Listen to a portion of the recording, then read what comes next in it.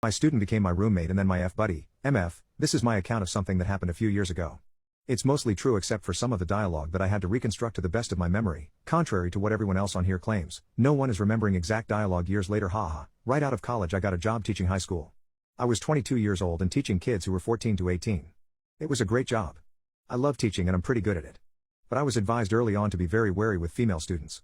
The small age gap between me and my students, coupled with the fact that I was single, could spell danger. Overall, I was professional with all my students. I had to be in order to get them to take a younger teacher seriously. As a human male, I couldn't help but notice if a girl was conventionally pretty, but I made it a point to never let my thoughts drift any further than that. Long story short, I taught high school for a few years, but like many people, I got sick of the administration, the politics, and the stress. I left teaching to go back to grad school. I got my master's and then decided to start a PhD. To my surprise, in my first year of my PhD program, Jenny, one of my former students, started going to the same school doing a master's. When I started teaching, she was a junior, so I knew her for 2 years before she graduated. She always struck me as reserved, but opinionated and confident. We were in the same department and ended up having a couple classes together. It was strange for her to talk to me and not call me Mr. N, but she quickly got over that and became fairly friendly with each other. We would meet up for lunch every now and then and I'd advise her on what courses to take and how to apply for PhD programs. The program I was in places a ton of emphasis on language acquisition as a means to further your research abilities. It's basically an expectation that you'll spend a summer or even a year overseas fully immersing yourself in language. The summer after my first year in the PhD program I decided to spend a couple months in Seville, particularly because my university has a close relationship with the university there and costs for housing would be significantly cheaper. I arrived in Seville and after a bit of trouble figuring it all out, found where I'd be staying. It was a small dorm building, just 3 floors, with each floor having a common area with a bathroom and kitchen surrounded by 6 small bedrooms. Because it was summer, the entire building was vacant when I got there, which was a bit of a relief. It was nice to have some quiet solitude to relax in. Those who have done grad school understand the importance of de-stressing. After a week, though, I woke up to the sound of one of the university administrators in the common area. She must have been showing a new student the dorms. I got dressed and poked my head out of my room and to my surprise, it was Jenny. The administrator was showing her and another woman I didn't recognize in the dorms. I jumped out to greet them, with Jenny apparently being as surprised as I was. Apparently she had plans to go to South America but they fell through and she ended up in Seville as well. As much as I appreciated the solitude, a friendly face in a foreign land is always a welcome sight. I had to go out to one of the library archives that day, but when I came back in the late afternoon, I found Jenny and the other girl, Grace, sitting in the common area drinking tea. I sat with them and chatted a bit before the 3 of us decided to go out and get a late evening dinner.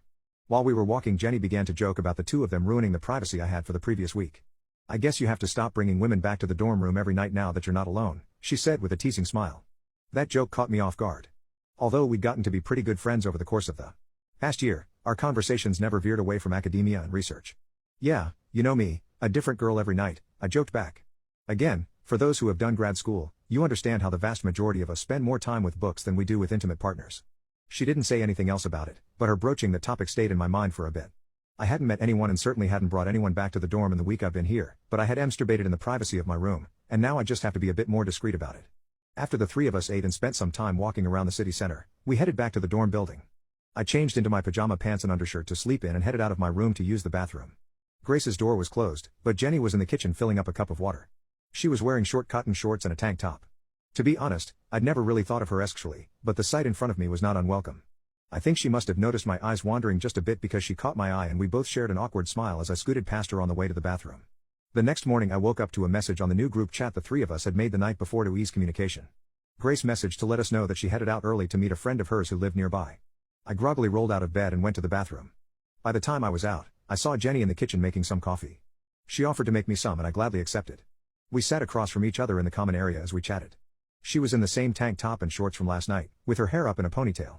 "So what are your plans for today?" she asked.